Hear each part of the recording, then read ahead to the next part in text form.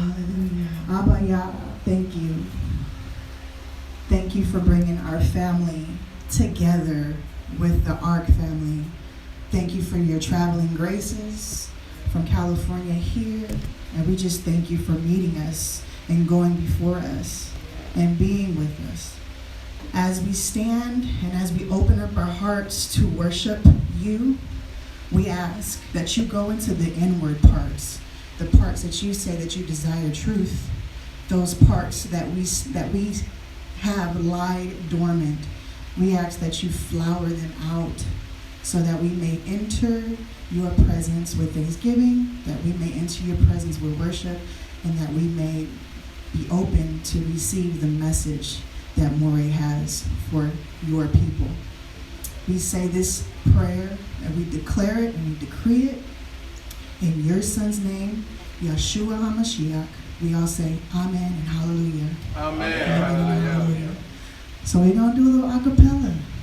I'm going to put a lot of people on the spot, but we're all here, we're all one. I am just going to allow the Ruach just to move the way that he tells me to move. So I ask all you all to close your eyes. Close your eyes. Hallelujah.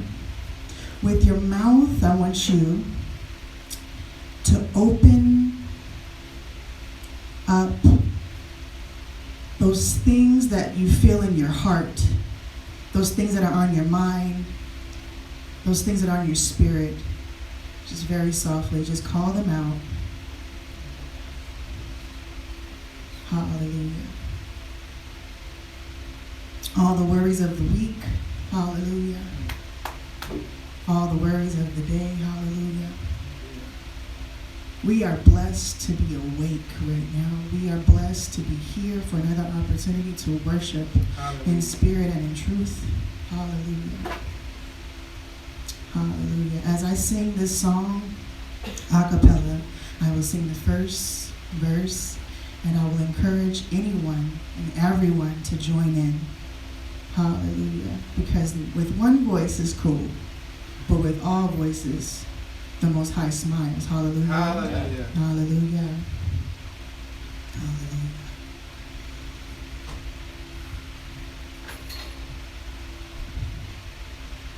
I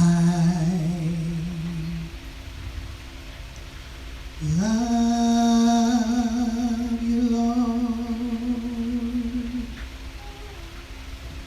and I lift my voice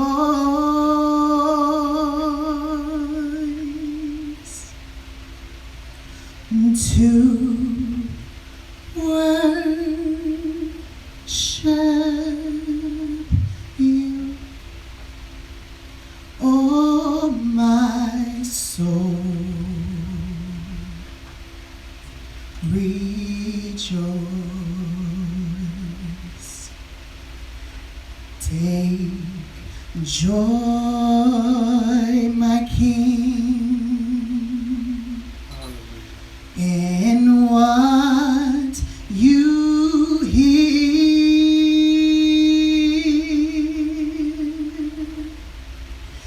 Let it be a sweet, sweet sound in your ear. Very softly, family, say, I love you. I love you, Lord. Hallelujah. And I lift my voice, hallelujah, to worship you, oh my soul, rejoice. Hallelujah. Take joy. Take joy, my King, in what you hear. Let it be. Let it be a sweet, sweet sound in your ear. One more time, just a little bit louder. Say, I love you. I love you, Lord. Hallelujah. And I lift my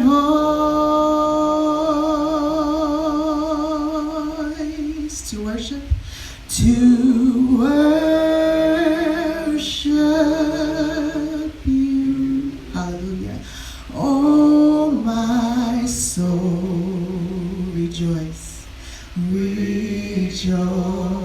Take joy, my King. Take joy, my King, in what you hear, in what you hear. Let it be a sweet, let it be a sweet, sweet sound in your ear, in your ear. We're going to do that one more time. This is beautiful. Hallelujah. Say, I love you.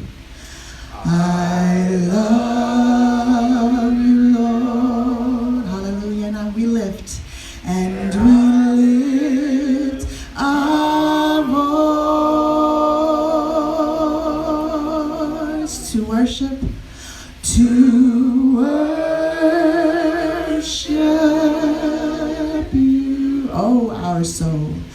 Oh, our soul, and rejoice, rejoice. Take joy, our King.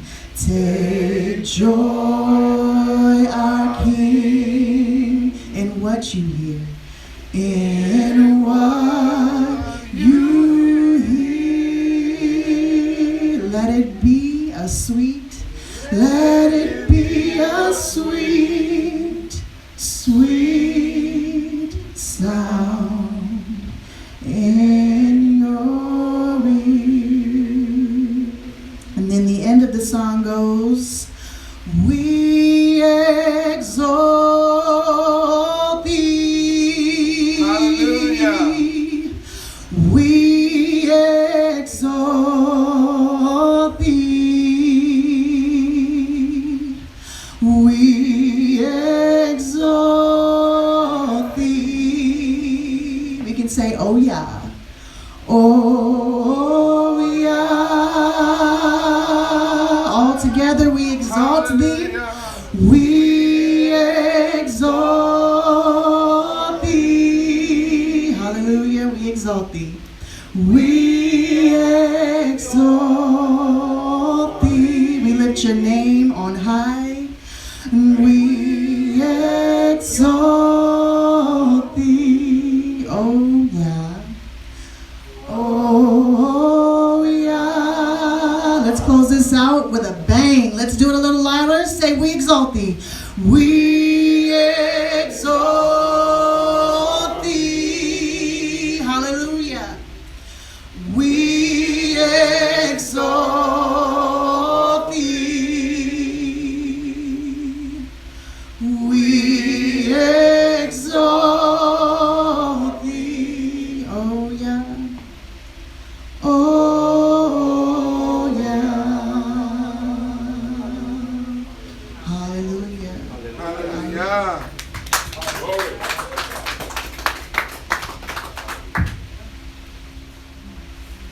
Hallelujah. All praises to the Most High Yah, the Elohim, the high power of Abraham, Isaac, and Jacob, to the 12 tribes of Israel. We thank Natasha for leading us in that beautiful praise. Come on, let's say amen. Hallelujah.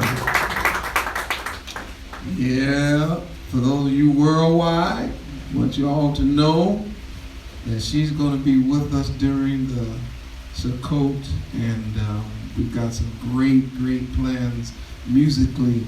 We've got some great ideas and great plans for those of you who are coming. We've got band members, all you musicians, singers, writers. Going to have a great time putting together the Sukkot choir, musical band, whatever you want to call it.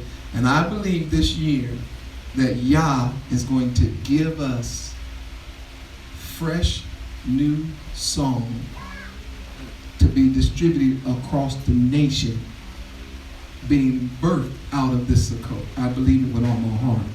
And so, hallelujah. And Natasha definitely going to be a part of that. We give all praise, honor, and glory to him. It's good to be back in California, where there's a little couple fires burning, but ain't nothing like no hurricanes tearing up our coastline and making us flee out of here like scalded dogs. No, the Most High is kind, the sun is shining, things are nice, but that doesn't mean that we don't keep our Hebrew brothers and sisters who are in harm's way in our prayers. It's a very, I'll get to this in the message, but it's very conflicting in my soul, because on one hand, to see the power of Yah at work is like just awesome. It's awe-inspiring. Like, you mean he can whip up at will a storm as big as Texas? Yeah. I didn't even know wind could blow 186 miles an hour. It humbles you. And you ask the question, what is man that thou art mindful of him? For you Hebrews that's in storm's way, y'all need to get out of there. Amen. If you are a part of my family, this is a love message from the Moray. You had 6 days warning. Y'all need to get up out of there and talking about y'all gonna take care of me. I'm just gonna stand out here and take it. Okay, part of that taking care of you was warning you ahead of time. Amen. So I pray that you get to a very safe place in these very troubled times. And then for everybody who's still out in the Houston, Texas area, our prayers are going out to you, because you have a lot of work to do trying to reestablish and put your lives back, somewhat back together. But all praises, we've got reports from all over the nation that Hebrews worldwide had not only heeded the warning, but got messages that they've been helping out each other. Hallelujah. And been setting up places amongst certain groups to look out for each other. And that's just something that it's just wonderful to not just talk about love, but to hear about and to see love in action, especially during times like this. So you all know worldwide you're in our prayers. North Carolina, y'all know I just left y'all last week. You should have followed me to California. That's what you should have did. Y'all should have been like, where y'all going? Right. But those of you in North Carolina, or those who had to get out, we're definitely praying for you. But that whole area, we know the Most High is sending a storm. And as I mentioned before, it's conflicting. One, it is awesome to see that kind of power being displayed by the hand of Abba Yah. But then, of course, number two, it's always a little sad when you see the destruction that takes place as a result, especially as it affects the children of Israel and their companions. I mentioned this before, that no nation that has ever mistreated the children of Israel has ever got off scot-free. It's just not how it works. It's just not how it works. The children of Israel, which most of you all know as the sons of slaves, have been in this country for now almost 400 years, almost fulfilling the prophecy to the letter. And as we get closer to the end, we see that judgment seems to be taking place in this nation, which gives us the opportunity, hopefully, to heed the warning and turn before it's everlasting too late. Today, I have a message And it has something to do with the season, which is our fall festival season. And the next feast that we have is the Feast of Trumpet. And I want to talk today from the idea that it's time to shout. Repeat after me, say, it's time to shout. It's time to shout. It's time to shout. It's time to lift up your voice. Isaiah 58 and verse 1.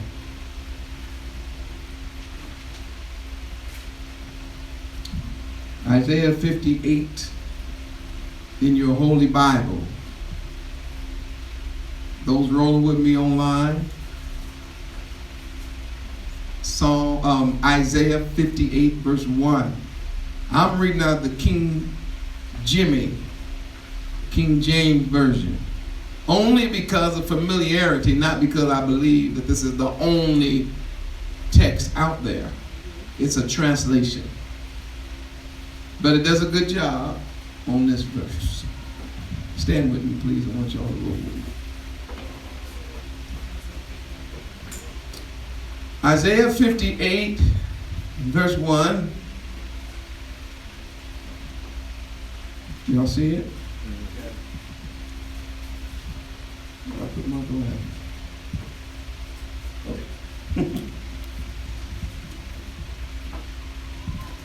Isaiah 58, verse 1. First two words is what? Cry. No, whisper.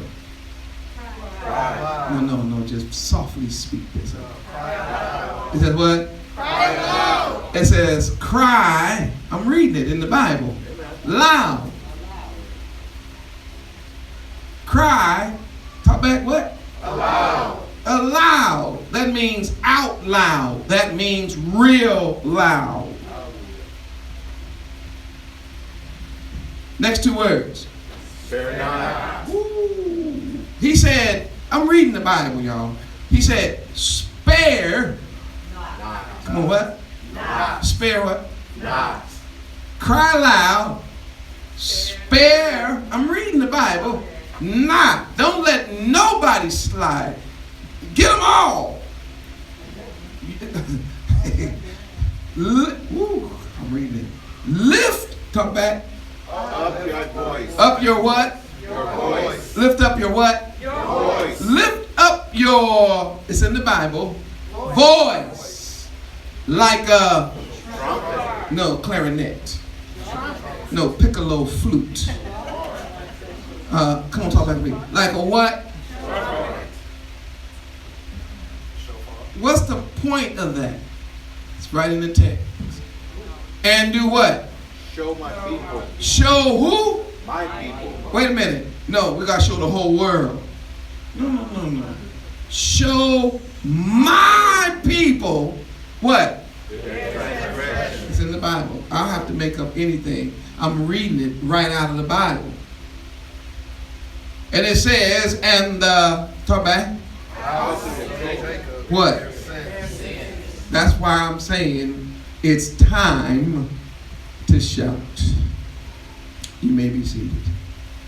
It's time to shout.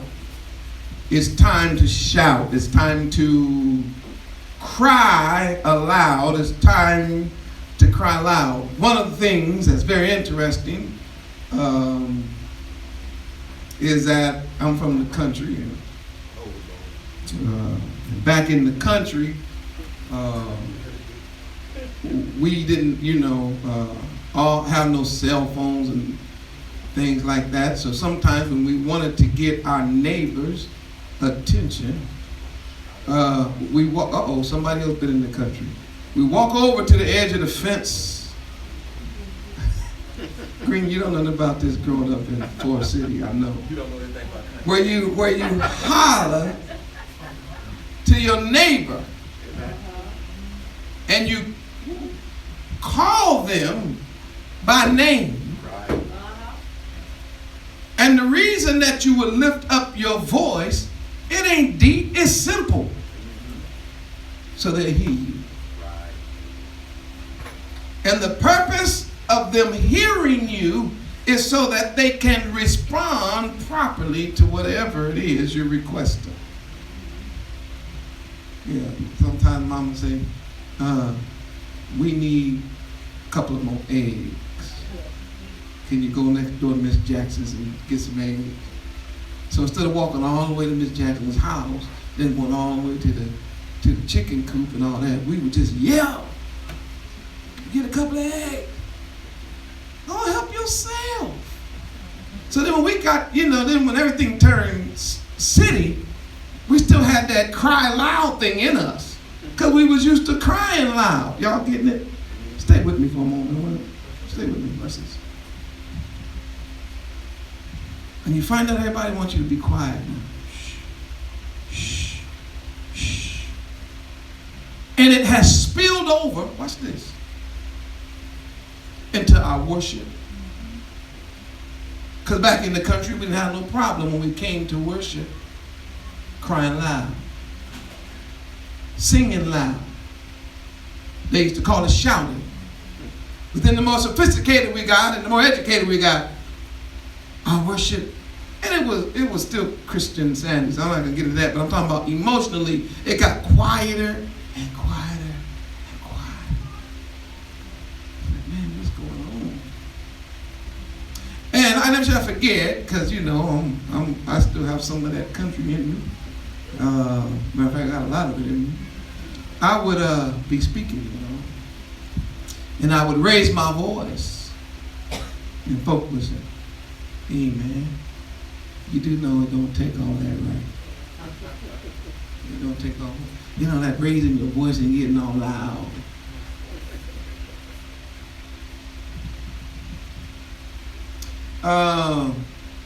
So then I tried it. I said, I'm going to be one of them quiet preachers, I'm just going to speak in a monotone. I'm going to have everybody turn to this. Let's look at this. And I almost gave myself an aneurysm. Trying to please people, trying to not offend people, because crying, watch this, out loud to some folk, they can't handle that. It's like, man, why are you yelling at me? But may I say this, there's power, watch this, in the roar of a lion. If you can't handle the roar, you can't handle the lion. You better believe that. The roar itself is to be sort of like, watch this, a warning and a wake up. And lions don't have to roar every day. But when the time comes to do it. So I don't understand these. I got a friend, Malachi, matter of fact, I texted him yesterday, asking him for some text, or earlier this morning, we talked a little bit, I texted him this morning, but he uses the term millie mouth.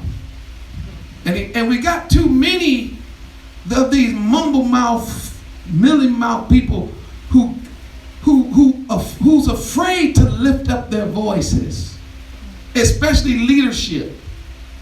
And one reason that they don't cry loud is because they're not sure of what they're crying about. I'm reading this text, and folks talking about you too loud.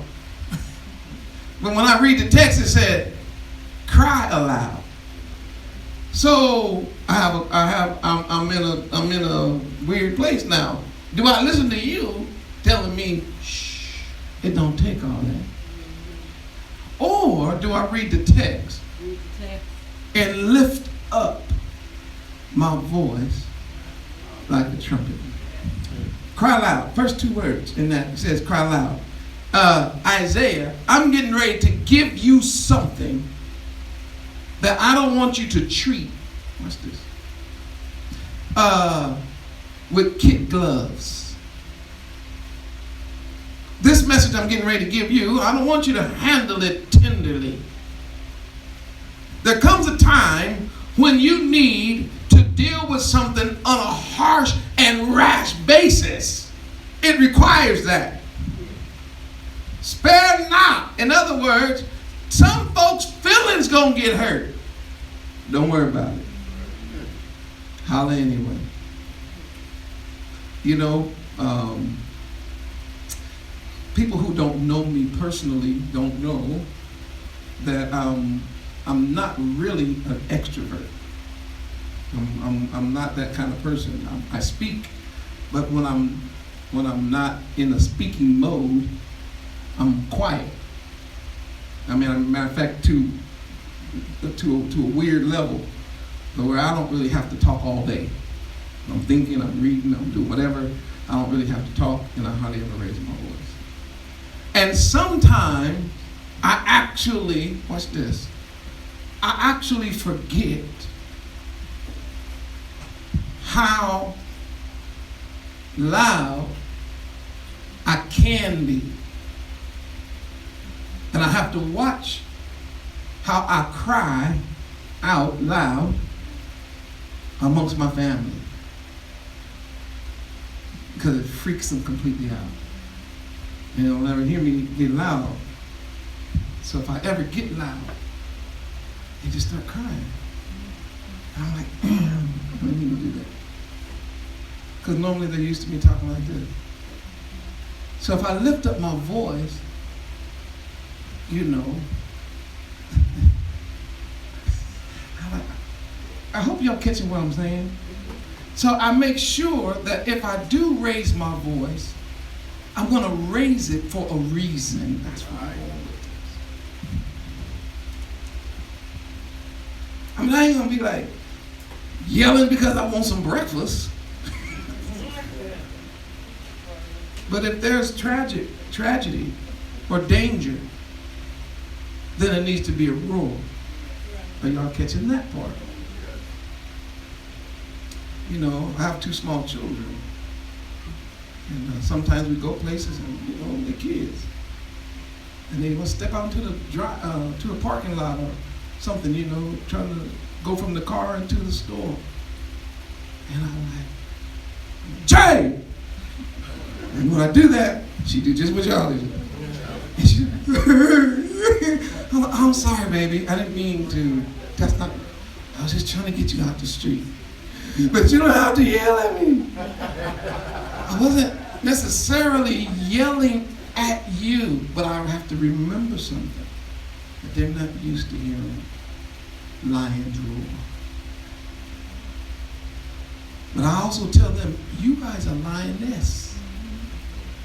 And you have roars too. I said, but I don't, the point is, I know how it feels to be on the other side of a roar. Nobody likes that. Nobody likes that. Who the show don't like it? So I just don't say, when we are, because as soon as the roar starts, are you yelling? No, I'm not yelling. It sounds like you're roaring a little bit. No. If I roar, it's going to be for a reason.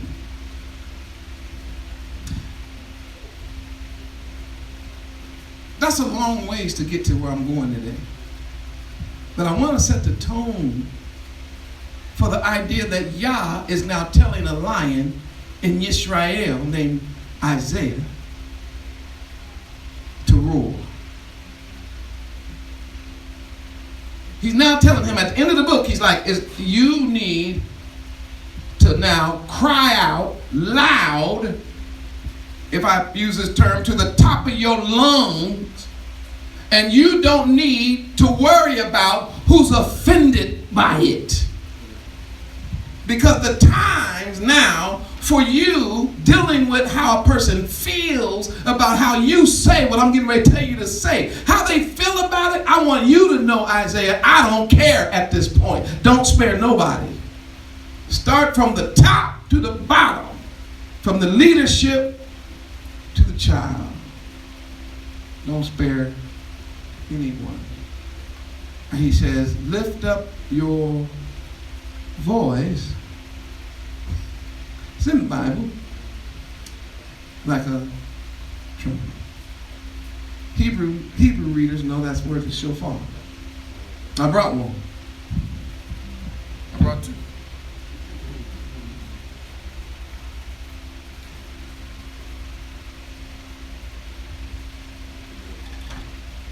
There's a smaller one here.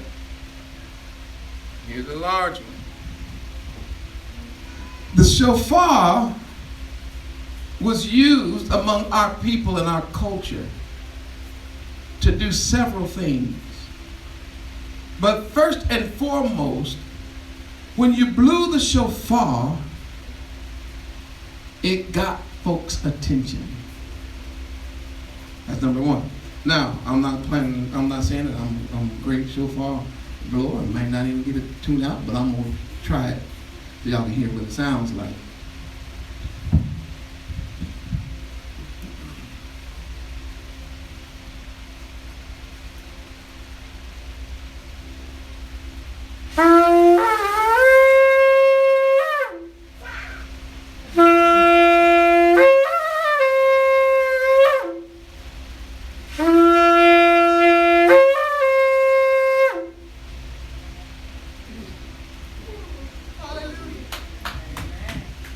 There's something about the sound of that shofar. No microphone, no nothing. When he said lift up your voice, he wasn't talking about no flute. He was talking about the sound of this trumpet that does exactly what it did to you listening. It's supposed to wake you up. It's supposed to get your attention. And the idea is when you hear the sound of shofar, the very next thing that's supposed to happen is there's supposed to be a gathering. So when he says lift up your voice like a trumpet, he is comparing the voice of the preacher, y'all in the room, to the shofar blowing of the priests or of the leaders. He said, you know how I set up a feast every year to where I would have the blowing of the trumpets called the Feast of Trumpet to call the people together and say, of course I know that. So we've been keeping the Feast of Trumpets for a while now. But when you get to Isaiah, you see the Messiah telling Isaiah, I want you to use your voice like those men are using the shofar. For one reason, you got to show my people their transgressions. You got to show them. Somebody has to show the house of Israel where they're missing it. Because the judgment that's about to fall in this case upon the children of Israel would have been stayed. It would have been kept back, if you please, if they would have just heeded the sound of the trumpet that was coming from the voice of Isaiah.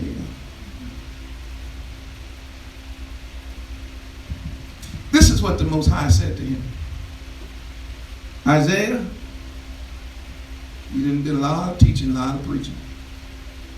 But right now, it's time to start shouting.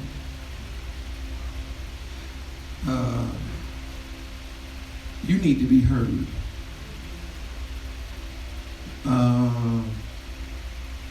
You need to be heeded too. Because I'm getting ready to do something. And I need to warn my people before I do it.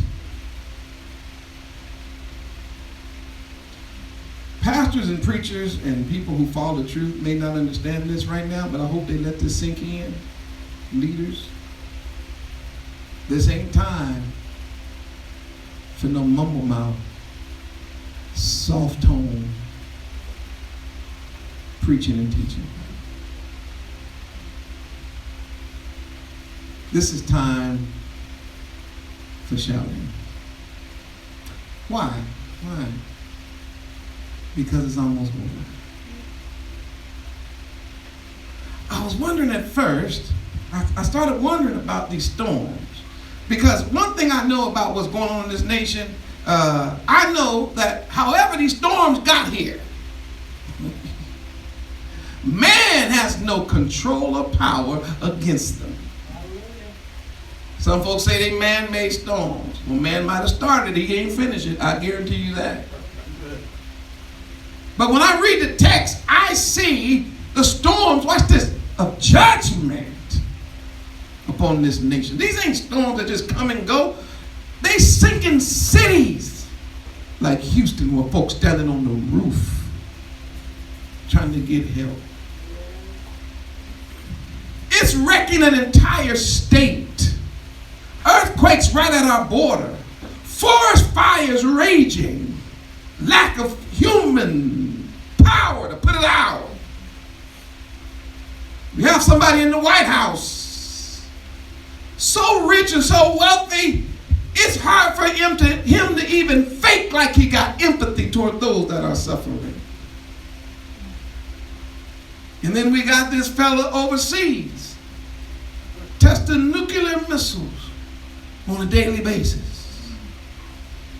And then we've got trouble in Syria. And we've got discontentment in Russia.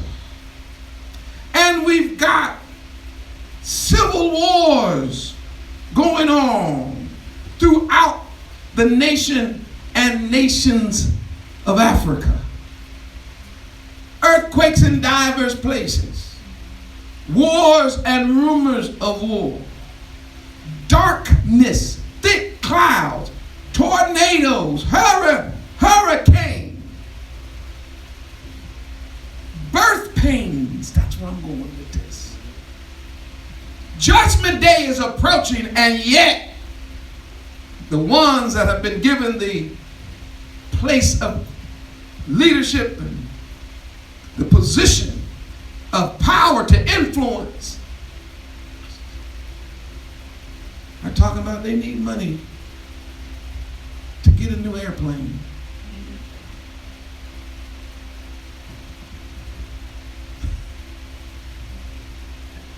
This morning I was on my way to Shabbat, and the radio station was on, and in the Bay Area there was an announcement that all the churches in San Francisco were going to get together to have an old-fashioned sing-along. If you got choir robes and you want to come out and sing with us, y'all come on, we're going to have an old-fashioned sing-along, and we're going to just lift the name. I'm thinking to myself, this can't be happening.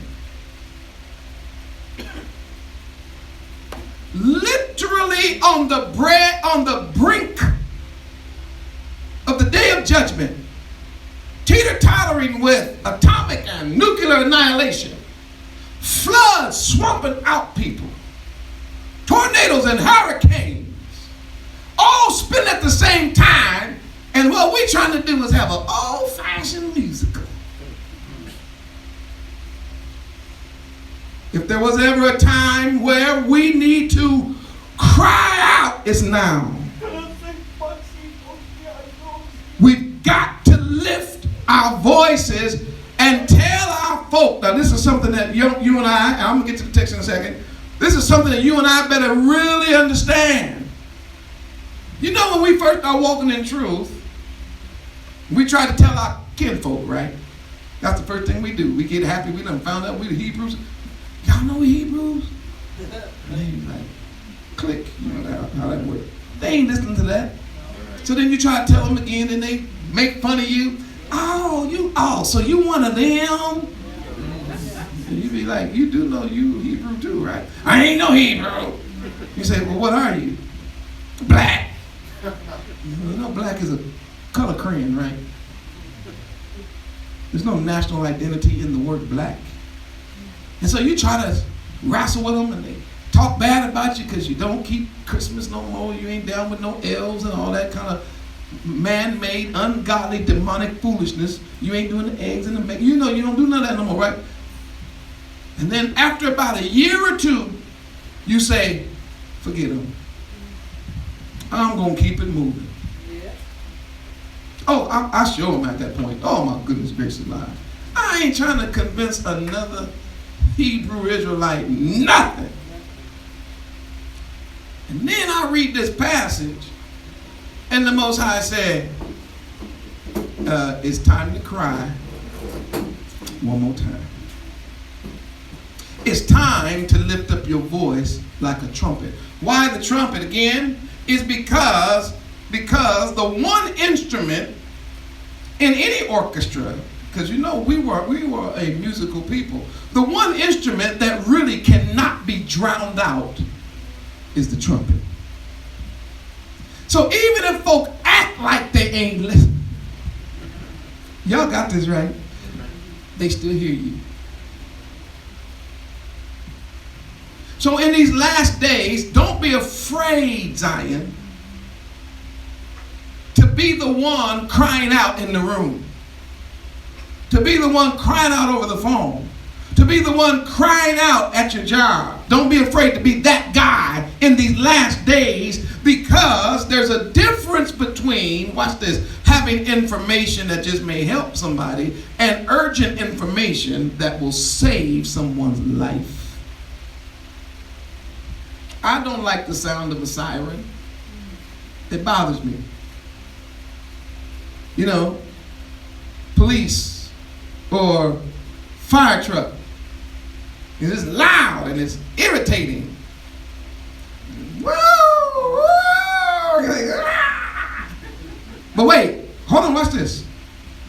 But what if you're the one in the building that's on fire? And you hear that sound. Come on. That's the best sound you probably heard in your life. And when it's all said and done, if by chance they were able to save your life, the very people or the very sound that irritated you and the man that might have been the one pushing the button to make the noise, you hugging him. Everybody knows when the siren blasts, get out the way. In California, we got a rule. I found this out. Every nation, every state don't have this rule. But in California, you have to let the emergency first responding vehicles have the what? Right of way.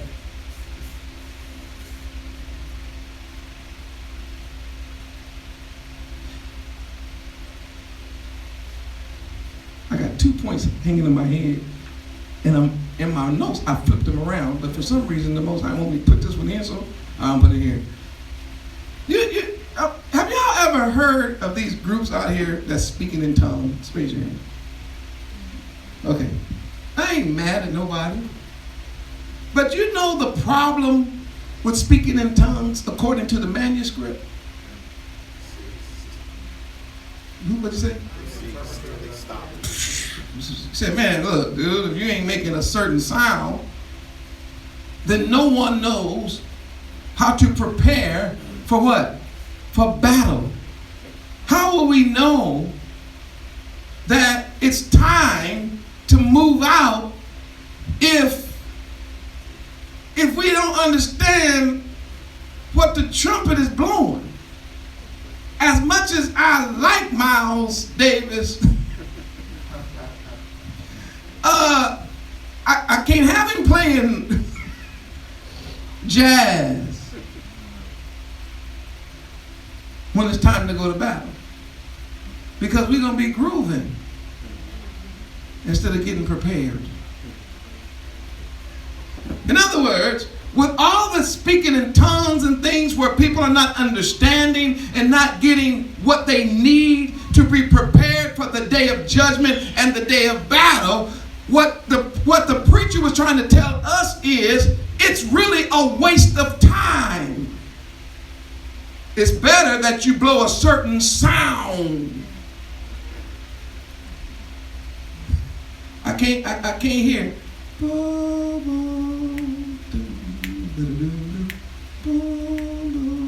oh, that's cool, man.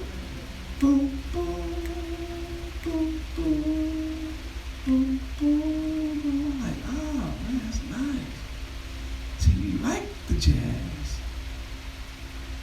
people and preachers and leaders have found out, folk like soft, soothing sounds.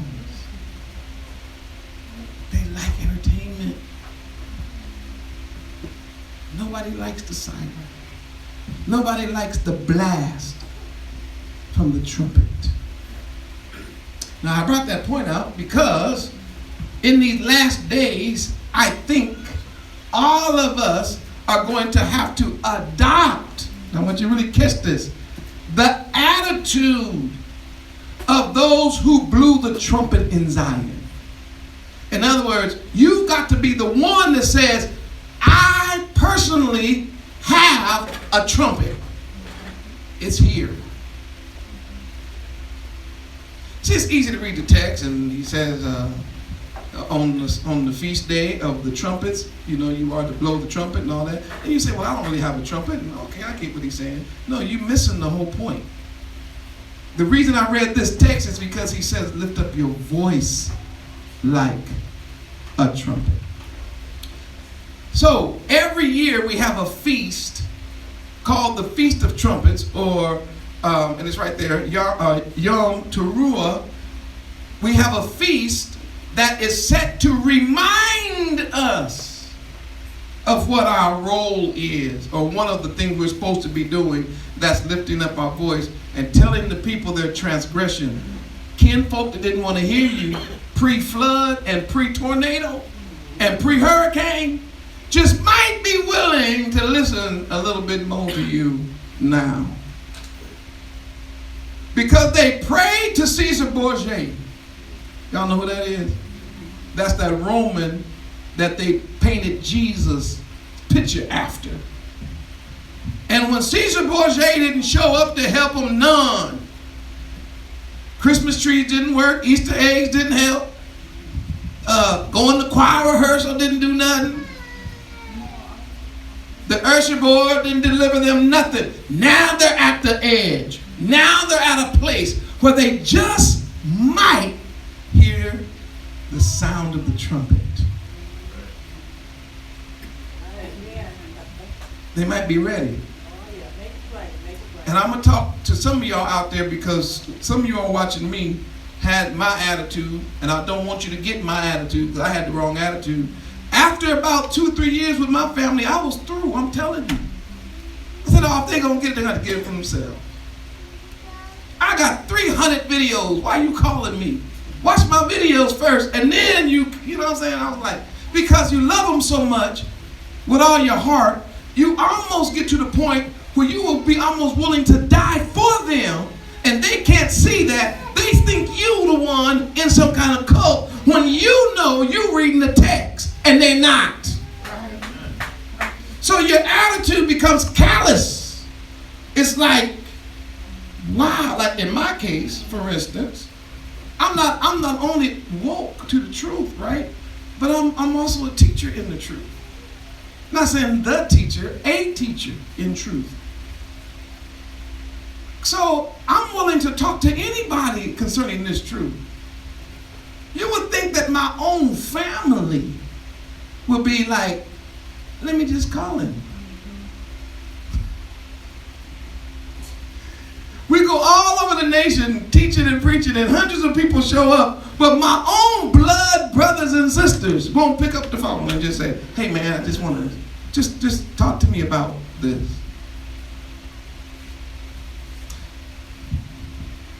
Don't get the attitude I had. That's my whole point. I don't even want to answer the phone now. It's almost like, oh, calamity is here, and now you want to come trying to figure out whether or not you're Hebrew. But that's the wrong attitude. The righteous attitude based on Scripture is you need to be prepared to give an answer when they're ready to ask you the question. Because when you think back in your life, how many times Yah was trying to get your attention? And you was talking about, oh, I just can't see it. Oh, I just can't see it. But then when he opened your eyes, it changed your whole life. Zion, get ready. Yah's about to open eyes with these storms, these hurricanes, earthquakes, tornadoes, economic collapses, nuclear and annihilation being threatened every day, we're moving closer and closer to the day of judgment. The time of Jacob's trouble is upon us.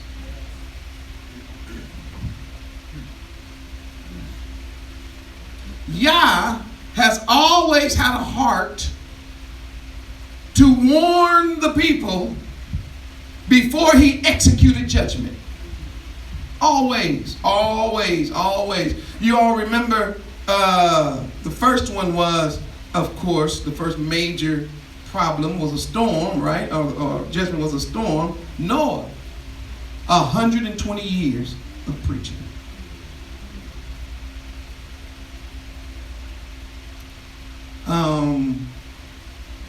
Just 8 people got saved. And one of them was himself.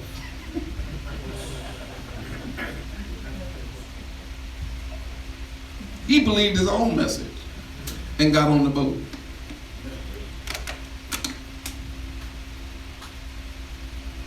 $120 years of warning, they were like, he's crazy.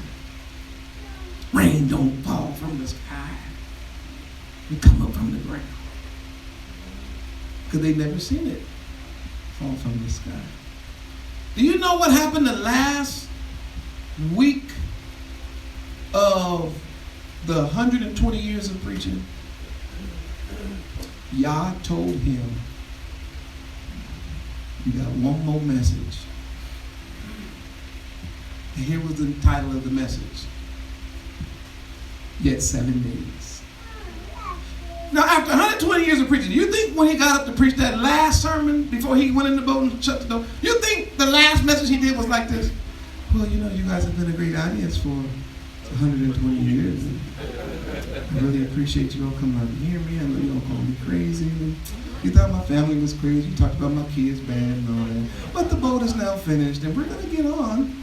And you can still get on if you'd like. And, you know, if you don't, it's cool. And we're going to close the door now. So we got 7 days, and the whole world's going to be destroyed. Let us have a word of prayer. You really think, come on, talk back to me. Do you think that's how he ended 120 years of preaching? Or did he lift up his voice like a trumpet and said, yet 7 days, 7 days, the fountains of the deep is going to burst. In 7 days, Yah is going to open up the treasures in the sky and let down the water. It will come from the ground up, from the sky down, and the whole world is going to be destroyed. And if y'all don't get on, judgment day's coming. And you will die in the flood. Even if his boys was talking crazy about their daddy, after they heard that last message, they was like, you know what, Pops is really convinced about this. I'm getting on. But nobody else did. But nobody that died can stand in the judgment and say, nobody told me. How about Sodom and Gomorrah? Y'all saw that, right? Sodom and Gomorrah was acting a fool. Man on man. Nasty stuff. Women on women. Nasty stuff. Transgressions and iniquity in their heart against the Most High Yah and all that. Their sin stunk so bad that it reached the nostrils of Yah. And he couldn't, I'm talking metaphorically, y'all, anthropomorphically speaking, not real speaking, anthropomorphically speaking. That means attributing to him a human expression and emotion. That Yah was like, I can't believe what I'm seeing is really happening down here. I'm going down to get a better look at myself. That's really the way the text kind of reads, like, are they really that bad? So he goes and meets Abraham. Y'all know the story. I don't have to go through the whole story. He goes and talks to Abraham. Man, they have a good steak dinner and, you know, and all that. They chilling. They say, well, we're getting ready to go. And Abraham was like, so where you heading? And they said, well, we got some business. And they walked off. And Abraham was like, cool. But while they were walking, they talked to each other and said, shouldn't we at least tell him what we've been getting ready to do? And he was like, yeah, he is our friend. So they talked back to Abraham and they said, man, we're getting ready to go to Sodom and Gomorrah and see the wickedness of the city for ourselves because we're going to destroy it. And y'all know Abraham started pleading with Yah about the destruction of Sodom and Gomorrah. He said, Yah, you really going to tear up that place? And Yah was like, you better believe it. I'm going to burn it to ashes.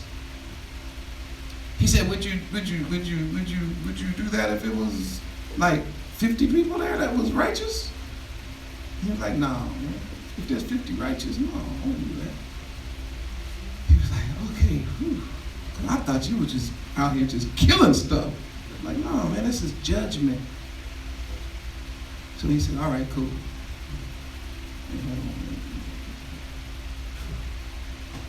What if it's only like 45, 40 people? Would you still kill it? Man, for 40 people? No. If it's 40 righteous people there, no, I won't destroy it. He's like, okay, cool, appreciate it. He went down to 20, to 10. And then he sent the angels. I know he had to be thinking in his mind, okay, Lot's there, his wife is there, Lot got like 4 kids. Come on, man. But what happened? The angels came. The people tried to rape the angels.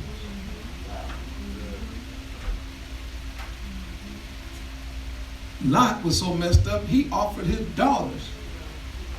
That's how messed up Sodom had messed his brain up. He was like, man, I got some daughters. Don't do this, brother. It's the end of you. Do you think when Lot said that, he was whispering? Talking soft? No.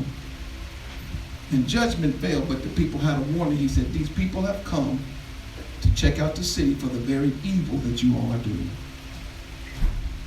But they got a warning, and they wouldn't get out. How about Jericho?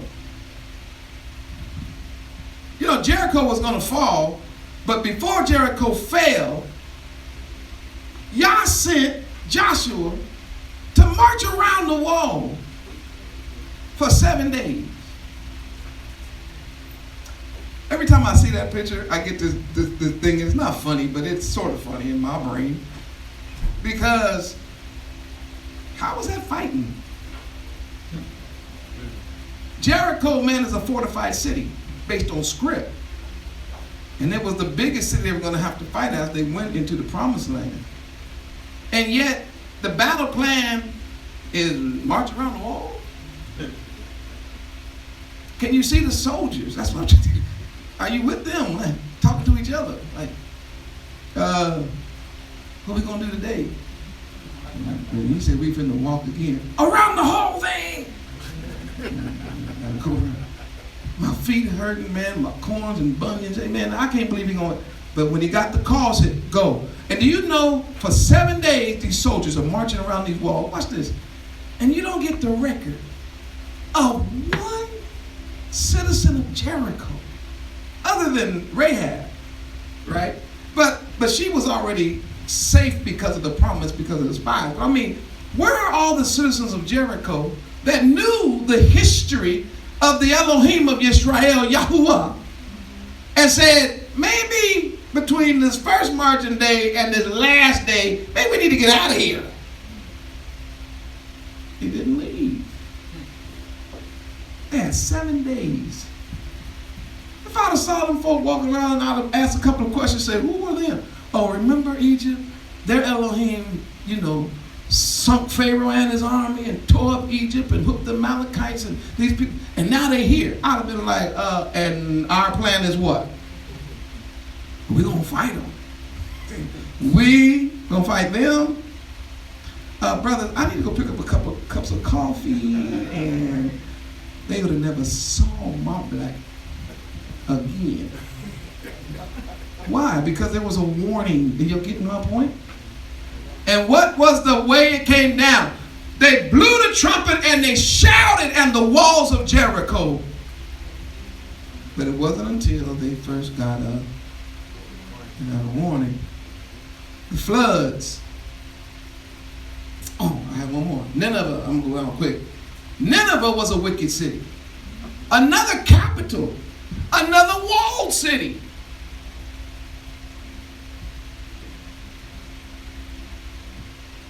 And Jonah was told, go to Nineveh.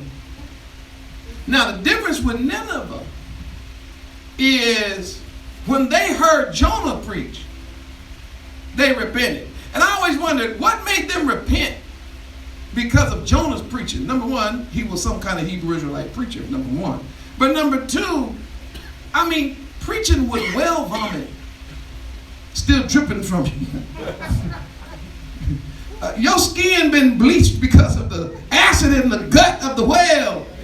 And you running in the town like a madman with whale spit flying every which way and skin peeling, and you hollering to the top of your lungs, 7 days. They was like, oh, all right, look. Everybody repent. Mama, daddy, son, daughter, dog, cat, cattle, everybody, sackcloth and ashes. Why? They got a warning. And they heeded the warning. But again, it was from the trumpet of the preacher. That's why when we talk about the Feast of Trumpets, we see that Yah is trying to summons his people to repent so that he can vindicate on them the day of his judgment. A lot of times he's trying to wake us up because when he gets ready to execute judgment upon the people, he doesn't want his people to have to suffer the wrath of his own judgment. So he tells them, come out before I tear it up. Because either way, I'm tearing it up.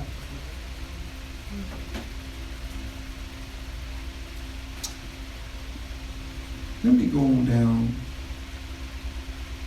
because I'll get to some of this later. Go to Numbers chapter 10, verse 2. And let's verify what I've said so far concerning these trumpets. In Numbers chapter 10, verse 2, it says, make thee 2 trumpets of silver. Of a whole piece thou shalt make them, that they may use them for the calling of the assembly and for the journeying of the camps. Silver, always in the Bible, refers to not just the metal silver, but the process of the purification that silver goes through. Silver has to be purified even more times than gold, believe it or not. So therefore, when you got pure silver, what was prized was the purification process. So obviously, the trumpets being made of silver, these silver trumpets, had something to do with his nation who had been tried, in the fire. He said those trumpets will be for the calling and journeying of the camps. They required, and I mentioned this earlier, they required to give an intelligible and understood sound. That's why 1 Corinthians chapter 14 says, if the trumpet give an uncertain sound, who shall prepare for battle? It's interesting that in 2015, there was a solar eclipse that accompanied Yom Teruah, where we're getting to now. And in 2017, just a few days ago, we had a solar eclipse that literally, and I was going to put a sign up here, but if this was America, the solar eclipse cast a shadow that went just like this across our nation, across this nation. Our nation is Israel. Like this. The solar eclipse cast a shadow that went straight across our nation.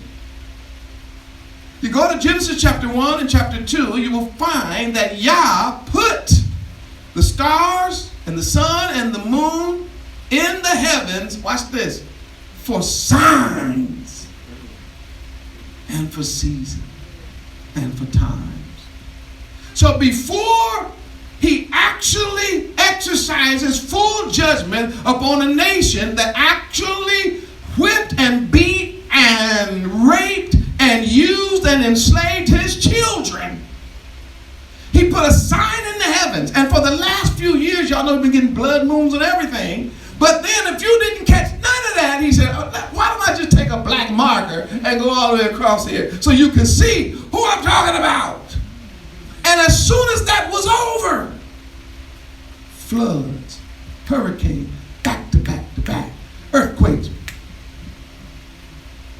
economic collapse across states all over the nation, threats from all over the world, fear and panic gripping lives of people, displaced, no homes. Walmarts are being filled up with those that are now homeless. Shelters are running out of water, running out of food. And nobody saw that big black shadow going across the nation. Oh, but you want me to keep quiet and keep my voice down. Man, come on, man. Don't offend them ex-slave masters' kids. Don't make them feel bad for what they pappy did. No, the truth is, we had to pay for the sins of our parents that got us into this situation in the first place. And y'all got to pay for, watch this, taking it too far.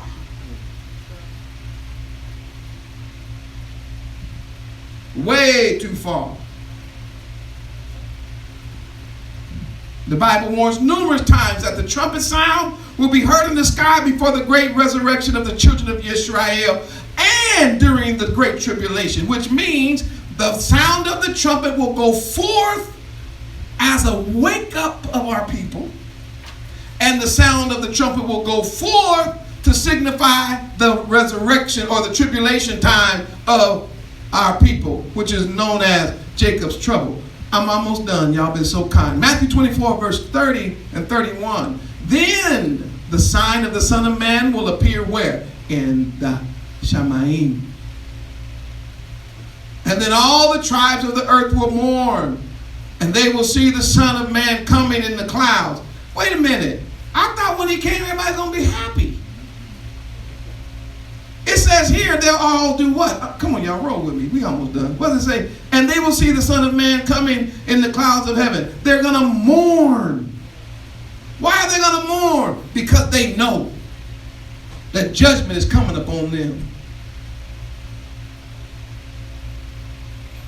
This ain't going to be no, oh, happy, happy, clappy day, the day of judgment. Have y'all read Zechariah? It's a day of darkness. It's a day of wrath. It's a day of trouble. Now, y'all know I've read that passage to you all way, way too many times. And he will send his angels. Highlight that, please. With a great sound of a trumpet. You do know in the Bible that the word angel is translated in several different ways, but one of those ways is his representatives, his preaching. So in the last days, when you understand that these don't have to be beings from the Shamayim, but these can be sent men and women with the sound of a trumpet, not necessarily holding a trumpet, but doing what the trumpet is supposed to do, call the people. And they'll gather his elect from where? The four winds, from one end of heaven to the other. Wait a minute. You mean we scattered everywhere? Yeah. That's what I've been saying for the last 7 years. Israel is scattered. And it's going to take you and I lifting up our voice like a trumpet to help wake them up so they can be gathered back to the Most High Yah.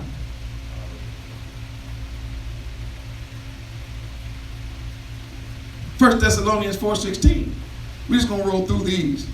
For Yah himself will descend from heaven with a shout, with the voice of an archangel, and with the, come on, trumpet of Yah. It's in the Bible. So this day of trumpet, this feast of trumpet ain't no little feast.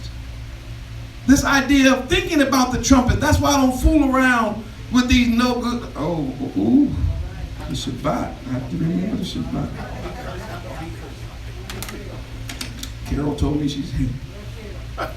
You don't have to. I ain't gonna say it. How come nobody can deal with these trumpets, these churches, these pastors? Because none of them know it. They say, oh, he's going to come back. And you say, yeah, but at the last trump. When is the last trump? But because they done said the Old Testament don't matter. Right. So when you bring up the trumpet, they don't know that the trumpet is spoken of in the first 5 books. We read it in the book of Numbers. They don't know nothing about the trumpet 1, trumpet 2, trumpet 3. They don't know about the Feast of Trumpets. They don't know any of that. So that's when you're going to get that crazy, and if it's a black pastor or a white pastor, whoever, you're going to get that crazy, I don't know chuckle, and they're going to try and turn it back on you like this. You say, but what about this trump? This trumpet? Yeah, I see that there. That right there is always giving me trouble. Yeah. Obviously, because you don't know your Bible, and you know you don't know your Bible. And you don't know that the trumpet sounding to the children of Israel is not only mentioned in the beginning of the Bible, but it's also in the middle and it's in the end. Because it's all one book. We who are alive and remain will be caught up together with them in the clouds to meet Yah in the air. And thus we will always be with Yah. Don't let them throw no rapture doctrine in on that verse on you, Zion. Don't think that he gonna catch you up in the air and you're gonna float up there for all eternity playing on harps. The purpose of the resurrection unto life and the gathering of the saints in the air is the reception and the receiving, I should say, of our new bodies that will be incorruptible, that will be of power and of might. You don't have to believe me. All you have to do is search 1 Corinthians chapter 15 and get down to the bottom. He said we're going to be changed in the moment, in the twinkling of an eye. At the what? It's on the screen. What does it say? At the what? It's in the Bible. I ain't got to make nothing up. This changing of who we are is based on this whole idea of the trumpets sounding in Israel. We've got to be changed from corruptible to incorruptible. We have to be changed. And that's the time he'll change us. And believe it or not, you ain't going to beat this person. This person's not going to beat that person, because he's going to raise those who died and he's going to bring those who are alive. And that's when the changing of the bodies will take place. But you think you're just going to change bodies and float? No, you got to keep reading the Bible. Then we coming down here to set up camp. Be a 1,000-year reign. There's going to be a war. And there's some other things that's getting ready to happen. Throughout the book of the Revelation, Apostle John, or Yehochanan, who was writing on the Aegean Sea, island of Patmos, described the voice of angels sounding like trumpets, warnings, gathering. Revelation 4:1, after these things I looked, and behold, the door standing open to me, and the first voice which I heard was like a, talk back.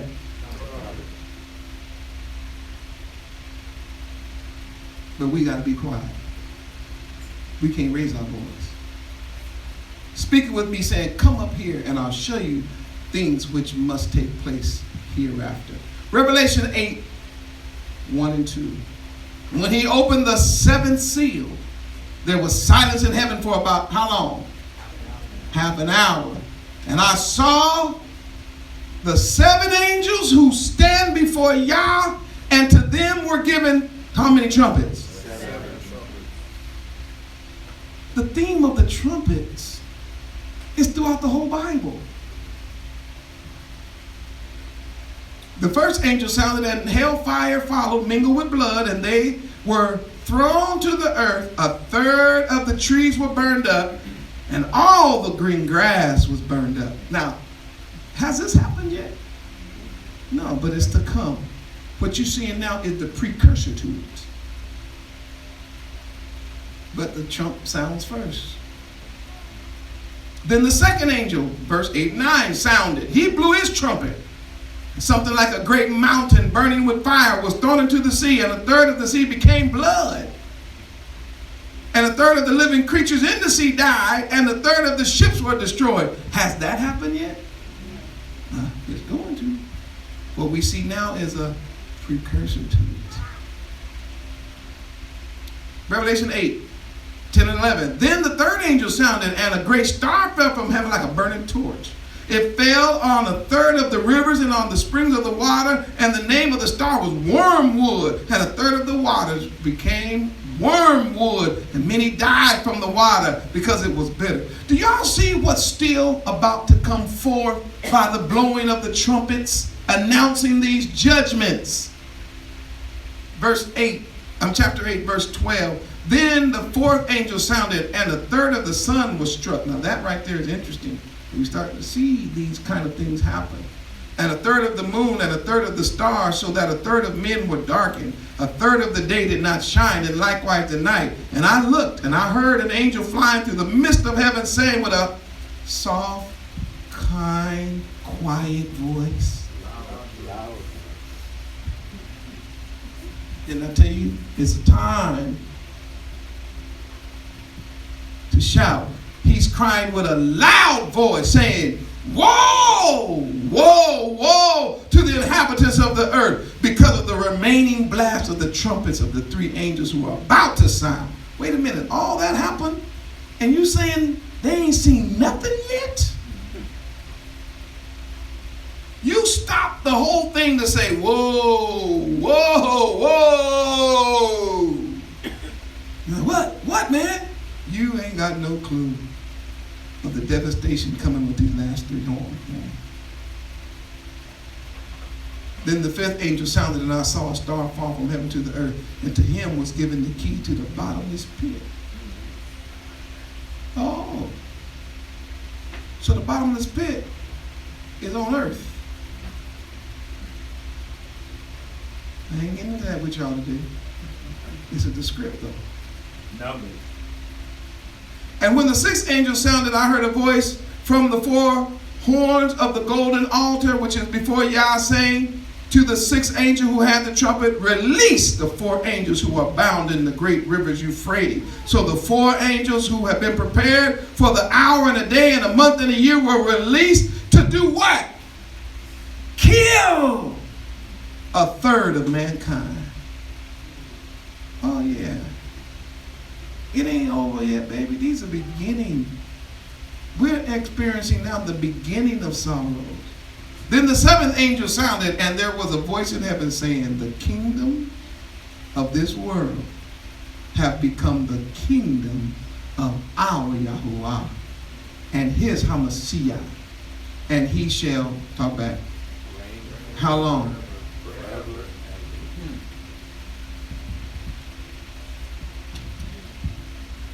It's a time to shout is obviously sort of a play on words. It's a time to shout the message of warning. But Zion for us is also a time to shout the message of victory. Because based on the text, no matter what this world throws at the Hamashiach, no matter what he throws at Yah, no matter how they try to come against him, he shows that they are no match for him at all. And one of my friends always say this, he's a brother of mine, he said, in the end, we win. So we don't have to wait until the battle is over. Old song used to say, we can shout now. Because we know how it ends up. The way it ends up is every knee bowing and every tongue confessing that our Hamashiach Yahushua is master and ruler to our Elohim Yahuwah. We know how it ends. The enemy is defeated and we're victorious. We know how it ends. The high places get brought down low. The crooked places get made straight. we know how it ends. Everybody on your side wins.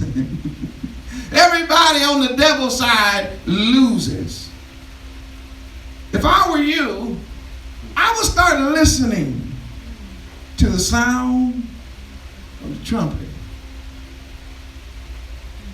Instead of talking about how dirty it is in the ark, get in and help clean up. I got news for you. As bad as it got on the ark, the biblical record is everything in the ark lived and everything in the flood died.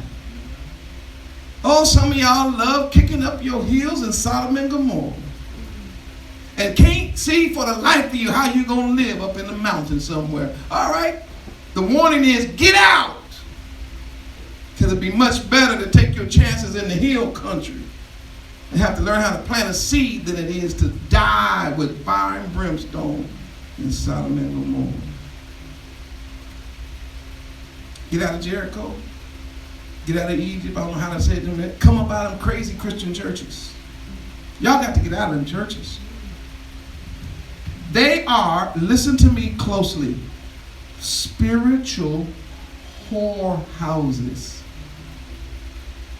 They're not only whoredoms in the churches, physical whoredom, but spiritually, the churches were built on the principle of whoredom, Christmas, and mixing that with the birth of Yeshua, which is Sukkot.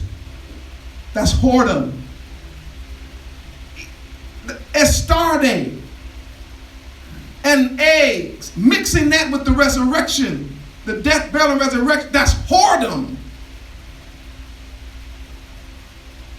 And I can go on and on.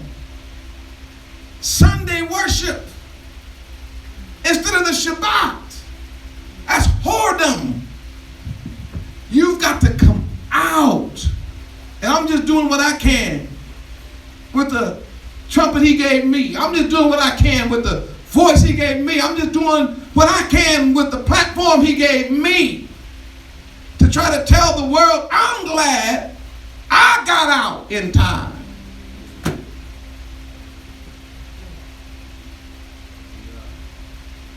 I heard the trumpet. And when it sounded, I feel like that old spiritual. The trumpet sound within my soul. And when it sounded in my soul, I realized something. I ain't got long to stay here. Every head bowed, every eye closed. You ain't got long, Zion. He's waking up the children of Israel worldwide. Positive. Hallelujah. He's about to exercise judgment upon the nations and upon our enemies. Hallelujah. And he's sounding the trumpet in Zion. And we're about to go home. If you are not in the family of the Most High Yah, you need to get out of whatever you're connected to and get in the family. Start keeping the laws, statutes, and commandments. Let go of that satanic teaching in these Christian quote-unquote churches telling you you're no longer under law and you're no longer under the judgment of Yah. What do you mean? You are never out from under the king. Pick up the Torah. Walk according to the text. Save yourself from this untoward generation. Listen to the sound of the trumpet and be gathered unto the people. Abba Yah, these are your people watching me worldwide. These are the people in the room that went through these verses to see how important the trumpet blast is for our people. And my prayer that this message encouraged others to lift up their voice as we are prompted by the Feast of Trumpets that's coming up, that we would be reminded that it's our job, each and every one of us, to be the trumpet of warning family that we don't have long before you come and get us. And that day we want to hear you say, good and faithful servant, well done. Hallelujah. Hallelujah. Amen.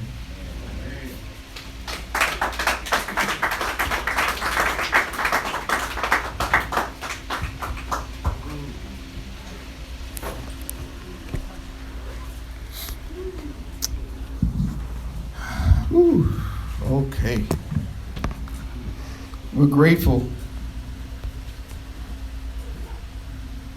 Most High, let us get through that one. I think it's definitely worth